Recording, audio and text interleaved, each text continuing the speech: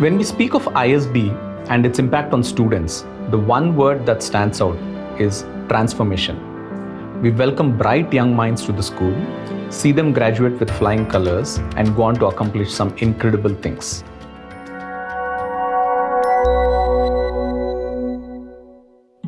From leadership stints in consulting and healthcare to hospitality and food and grocery, he's been there and done it all. His forward-thinking leadership style, coupled with an emphasis on ensuring operational excellence, is helping shape the future of food delivery and marketplace innovation at Swiggy, as well as setting benchmarks for broader industry practices. His focus on evolving the food marketplace through strategic innovation, allied to a strong commitment towards sustainable growth, have made him a respected voice in the industry. He also leverages his stature as a sought-after keynote speaker to advocate against the hustle culture while spotlighting work-life balance and employee well-being. Join me for a conversation that deep dives into the journey of Rohit Kapoor from the PGP Class of 2006, the CEO of Food Marketplace at Swiggy. I was curious. Rohit, thank you so much for doing this with us. And absolutely pleasure, Guru, as always. Yeah. Thank you. I wanted to sort of get right into this conversation. You're one of those alums who've sort of dabbled with multiple things in pre-ISB, post-ISB. You were a McKinsey person, came into ISB, went back to McKinsey, and then healthcare, startup world, and now I guess you still would call Swiggy a startup in some sense. Yeah. Tell us a little bit about your journey in terms of, how it started off and the choices that you made. So Guru, Calcutta boy, grew up there, 25 years of my life. They're very fluent in Bengali. I had actually decided when I was in third year of college that my education's over. And especially BCom, when I did Calcutta University, it felt like I'm wasting my time. So I said, job karta, and I had a lot of Marwadi friends also, who were all in business from an early age. I said, this is what you need to do. So after that year, started my own business, started a financial service company. Okay. Then that closed down because of some regulatory changes which happened. Uske baad Treasury in Usha Martin. So I had a fair bit of roller coaster before I joined McKinsey. Sure. Only where I describe that period is a rolling stone gathered no boss. Right. Very nice. Yeah. Then McKinsey happened. 10 years with McKinsey. ISB happened in between McKinsey. Yeah. What led you to think of ISB? ISB had no plans for a MBA. Yeah. But then there was a partner called Leo Puri, a very senior partner. Yeah. He sat me down and said that, why don't you do it? And I said, look, I'm doing well. Why should I do it? Anyway, I'd become an associate here and continue. He said, no, don't think like next year and all. You should think about the networks you get long term. And I applied to only 3 schools, which is INSEAD, ISB and Wharton. Okay. I got to INSEAD and ISB and I was on a waitlist at Wharton. Right. Devansh was there. He was my firstborn. He was 6 months old. So I didn't want to go out of India at all. And also I was very clear from the beginning that I want to make a career in India. I never had India. Yeah, I was very clear that for some reason I was convinced even back then that real story is India. The growth story of growth India. Stories here. In fun stories came to ISB, and that ISB journey year was quite amazing. End of the year, I opted for placements. And I was going back to McKinsey. And if you remember, that year is where that 1 crore job offer happened, right? Of course. Saying, the big thing on 10 lakh nahi, 20 lakh nahi, 1 crore. Yeah. And my dad was on campus with me. And he asked me, tum kya kar rahe ho? I said, I'm going back to McKinsey. Well, you already in McKinsey, so why are you going back there? So he said, फिर फायदा क्या हुआ ISB आने का? ISB आके. I had a hard to convince him that like McKinsey job on campus is still a valuable job, right? Spent 4 more years with the firm. Then went to the Max Group. Max Group had 3 stints. So first stint was head of strategy and corp dev, but that was short-lived. Okay. The only real work I did there was part of the team which demerged the company and listed as 3 entities. Did that, came back to India, ran Max Bupa as an interim CEO for a year. Okay. Right? Fun thing is, Swiggy got listed on 13th November and Max Bupa got listed on 14th November. Wow. So 2 companies for which I was CEO. You were part of? No, I was CEO. I was yeah. CEO of the company as well, and I was CEO of the food marketplace here. It listed on back-to-back days on NSE. I think that will be some sort of a record. Yeah. I'm not sure. Then came to healthcare. You had a long stint there. long stint. The CEO had just moved out. Rajit came in from Max Life. I came in from the Max India side. Ran there for 5 years. That business we exited in pretty good shape to KKR. Correct. And I was early 40s that time. And I was, the world was changing around me. And I never, you and I have spoken before also, I almost rebase my life quite often. Yeah. I don't carry with the same momentum because I think that momentum is not the right way to think about it. That's just me. So I had an offer from a listed company as a healthcare company, large one, as CEO, MD CEO. I went back to base. I said, like, this is like really momentum taking me forward and not really, I will have no new learnings. Not excited. Disrupting yourself in some sense. I do that every 5 years. Yeah. Right?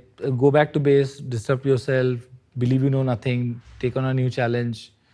And the whole consumer tech economy was coming up at that time. Like, they're starting to use Uber, Ola, there's Swiggy, there's all kinds of apps are coming up. And something is happening. And frankly, I am not young. I was in the early 40s. For me to say this is very valuable to learn. And equally, I was very nervous because there were quite a few stories of senior people going into startups and flaming out. Correct. Right? And met Ritesh, met Maninder, who's also an ISB alum. ISB alum. In fact, Oyo was full of ISB alums. There's Maninder, there's Tandon, there is Ayush Mathur. There's, joined them as CEO of the new businesses. And Aditya joined almost the same time as CEO of the hotels and homes, which is a flagship business. But I think things changed in about 8 months. I just remember it was the WeWork thing which happened in August of 2019. And post that, I took over as Group CEO India, and then later on also took charge of Southeast Asia. I do think the Oyo stint was very formative for me because of 2 reasons. One, it was really, really challenging times in transforming the model. Yeah.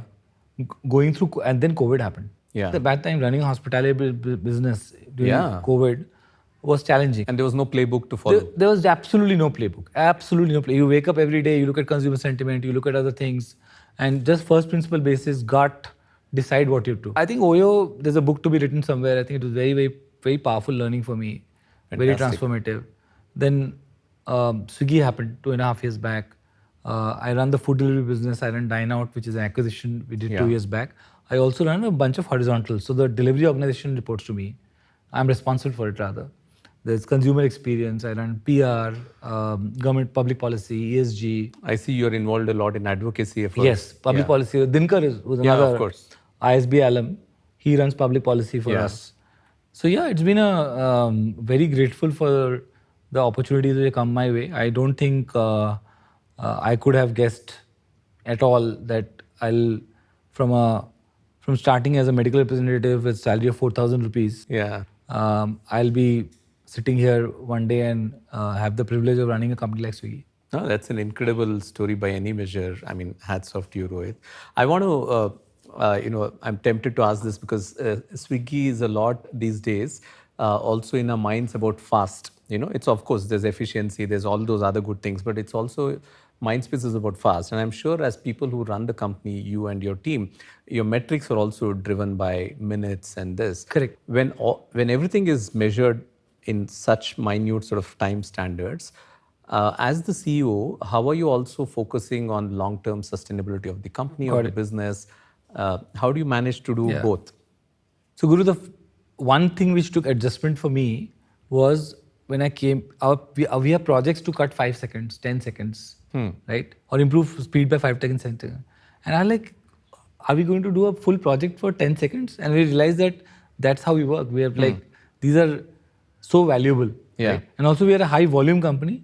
So we have projects which are called 10 paisa, 20 paisa. Because you multiply 20 paisa with the kind of volume we do, certainly it's a lot of profits and money. Right? No, I think there's very solid teams, very clear processes. We are an incredibly dense data organization. I have not seen this much use of data in any organization I work for ever, and by a wide margin. Right? We have data for everything. And I'll say today 60-70% of my time goes in either brand building or thinking about the future, with product teams thinking about which projects to launch in the future. Bolt has been a big addition recently. Yes. So every quarter I will pick 5 things which I think can shape the future. And spend 80% of my time on those 5 things and let go of a few things which have become more sort of predictable in nature. So it can be managed Yes. in that sense. And it is a very intense business, right? So you can get consumed in the moment quite a lot. Correct. Then you have to think about the architecture, and the only architecture which allows you to do that is to have extremely competent teams, which are making sure what is supposed to run is running beautifully. The ship is sailing. Otherwise, you can't do. You'll always be dragged back in. Correct. Because if you can't have an organization which runs from crisis to crisis, because you'll always be dragged back in, 100%. That's true. There's no way there's a crisis and I can say that, I won't, that's not my job. Right. Talking of teams, I'm intrigued by this article that you authored in the Outlook Business. I think it came out about where, there's a lot of this conversation around hustle culture, etc. But you taking a very nicely contrarian position and talking of work-life balance and about the need to prioritize other things. In particular, I liked where you said you have to give time to your family, your friends, your other passions country, and society, family, friends, yourself. Correct. How is that also influencing the way you're doing people management, the culture at Swiggy, and also your leadership style in? Yeah, I think 3 or 4 principles. One is leadership is fundamentally about providing clarity. So every leader I expect is first a chief clarity officer. That's the primary thing you look at. That's the primary thing you do. After that, you may be running a function, business, whatever you're running is separate, right? But fundamentally, you're a chief clarity officer. Because what that leads to is extremely high productivity teams and shorter working hours for everyone, and hence more time for other things. The chaos and churn and happens when the leader has no clarity. So whenever I see teams in chaos, I think almost the source 100% time is the person leader. at the top. Is the person at the top who's driving the team nuts for some reason. So one is to find more and more leaders who are very clear in what they are driving. And to also my job to provide them clarity. The second is principle, at least we would try and work in Swiggy, is that treat people like adults. Right? We're not dealing with children here. So we're dealing with adults. They know what they have to do. Outcomes are defined. They're clear to what needs to be delivered. After that, don't need to monitor everything they do. And I think that has rewards because people also take responsibility more. If you micromanage people and tell them exactly what to do, they will also do only that much. They'll it's look okay, at you you every told day. me this much, I'll do this much. You treat people like adults. You get people who like that environment. There's a self-selection that self-selection bias which happens. And second, I think they pay you back in the same currency because they also take responsibility and move forward. And I think we manage this pretty nicely. If you go and ask anybody in the Bangalore tech circles about the top 2 or 3 companies to work for, I'm quite sure that we'll feature as one of them. I have to say this because, workplaces, great places to work in, all these kind of aspirational things is also led by leadership. From the many years that I've seen you, I think the one quality that I really admire in you is that you're very self-assured. There's no sort of this insecurity in anything that you think of or do. And I think it clearly plays out in the way you run companies or run businesses. So that's something that I thought I should. I want to touch upon one thing in terms of one of the roles that you do. And I've seen that play out a lot in the recent past in your current role is advocacy. How has that experience been, engaging with policymakers and stuff like that? Actually, Guru, very positive, right? And I've seen a big change in terms of regulators, government, ministers, almost trying to understand what's going on and then dealing with it rather than say that we have decided and we know what to do and here's... So in 9 out of 10 cases, we experience that when we are able to go and dialogue, present a point of view. And we also don't go with a point of view of saying that whatever we want is the only way. Sure, of course. Right? That's not how it works. Regulations are the government's prerogative. They will make the regulations and we are supposed to follow them. But equally, I think being heard is very important. So we keep an open mind. We sometimes put out solutions saying this is not our ideal solution as a company. But broadly for the industry or society, it works better. So you, in some sense, as a collective voice... Yeah, because you, as a collective voice, go and propose, I think the dialogue becomes far easier.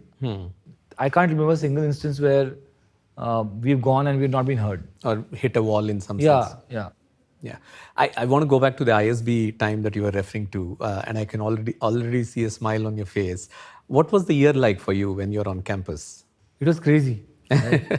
So I think fun stories like I was coming from McKinsey and a bit honestly more confident than I should have been. Okay. So there was this prep thing which happens, no, some accounts and maths Yeah, and yeah. all. I said, मैं तो McKinsey से आ रहा हूँ, मेरे को तो पता होगा. So I didn't do the prep, and ISB started and it hit me like I guess it hits everyone. The term one just is like a tsunami because by the time you're catching your breath, you have like 15 assignments and 4 lectures and you're not sleeping and all kinds of things happen. But in hindsight, I think I was able to emerge out as one of the top 5 guys in the batch. Yeah, yeah. I was also the best all-round student of the year. You the Young Leader Award. Yeah, as correct. well. Young Leader Award, right? Yeah. So it felt very gratifying at the end. 349 batch, I think I know 340 of them by name, right? So that was the other thing. It was a roller coaster, very, very tough year. But I think just 2 things it really embedded in me, which is amazing.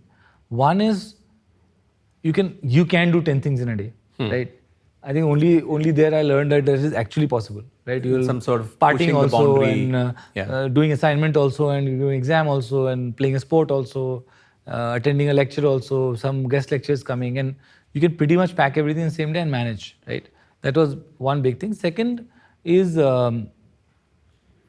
just the network still plays out for me. Like if you see, I think if I look at every step of my life, there are 2 networks which have played out for me always. One is ISB, which I think is probably the #1 B school network in India today. Right. The second is McKinsey. Right. Both are very, very powerful networks now. Yeah. And we benefit all the time from. I personally benefit. Every career move of mine has had some linkage to either McKinsey or ISB or both. I know you have a very unique approach to career trajectories, but are there stuff that you sort of learned at ISB during both formal in the classroom and also informally through your peers and other co-curricular activities that you feel has helped you in the longer term in the last, let's say, 18 odd years? More from batchmates, I think. Yeah.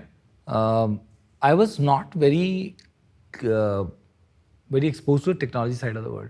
And you had, even back then, you had a lot of people coming from tech. Yeah. People who are product managers or has come from IT or come from the Silicon Valley, the Indians, but Correct. who were Just in return- Silicon Valley and yeah. returning back.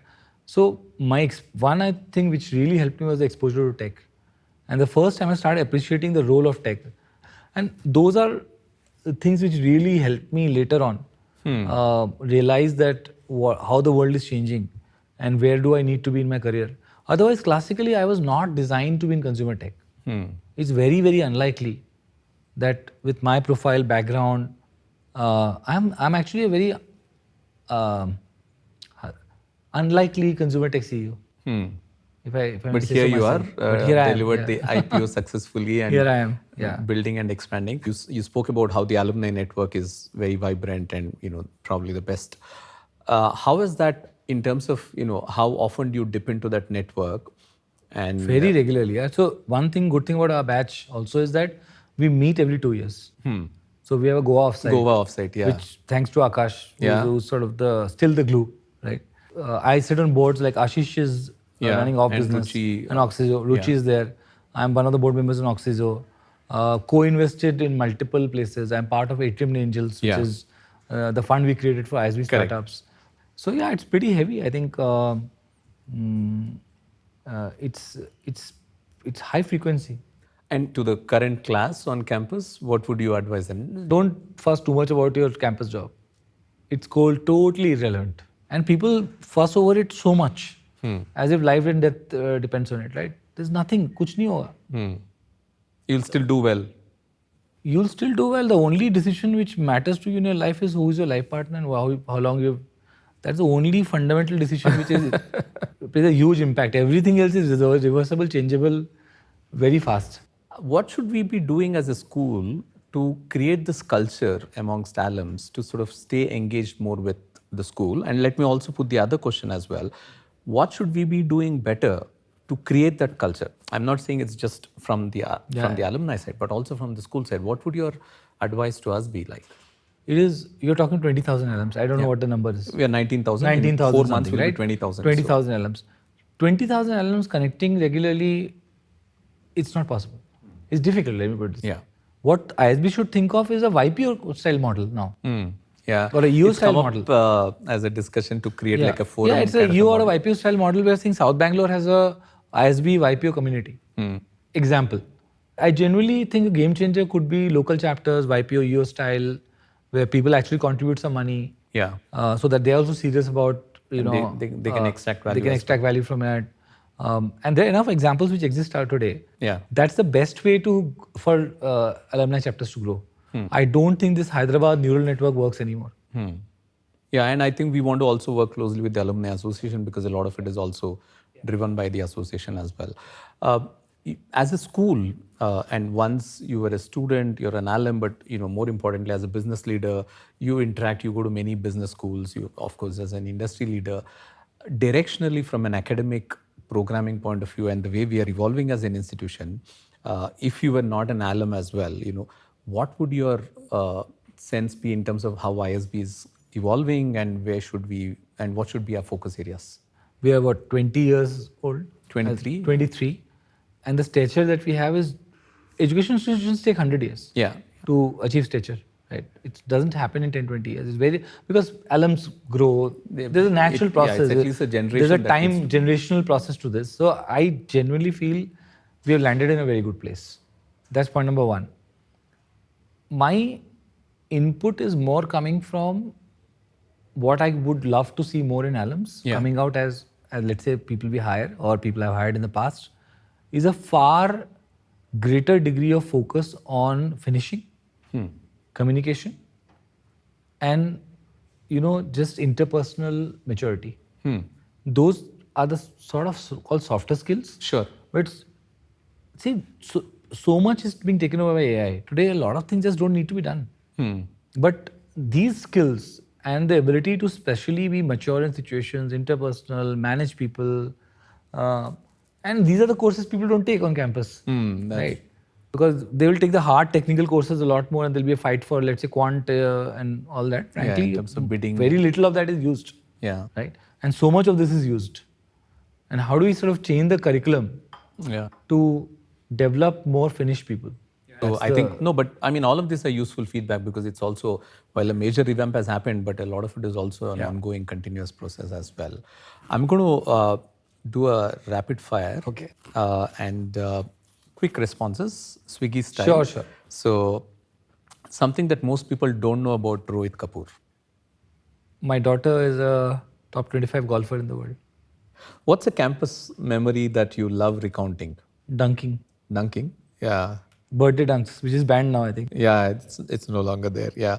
The other one was taking that bull, which was outside, and keeping it in the jungle. Hiding it away, And we had to write apology letter to Rangnika to get out of the jail. But it's back now. I know. So, but it's just that the tradition is broken. So maybe you should tell the current class to sort of, keep every year it used to happen. Yeah, that's true.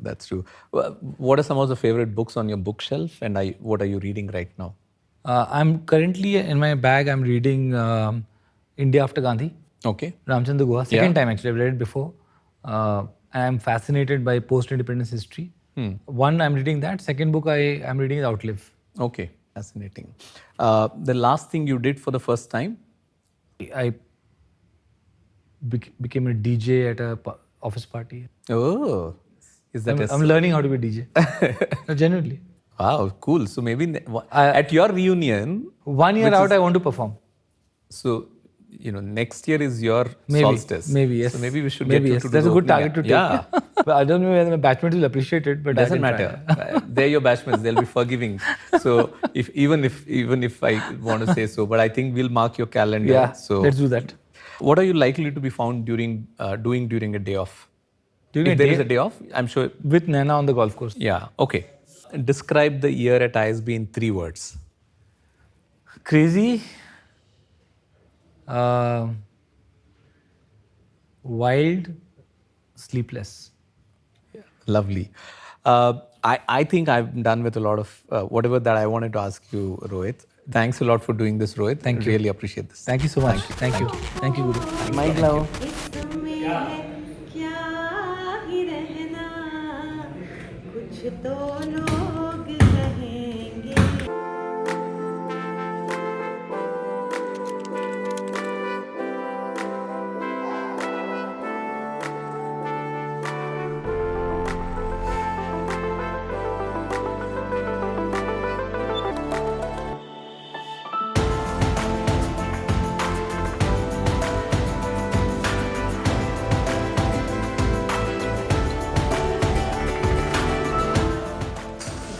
कुछ खाए बैंगलोर में आके? भाई कल से भाई है मेरे पास जगह नहीं है। और बोलिए प्लीज। ऑडियो है कि नहीं?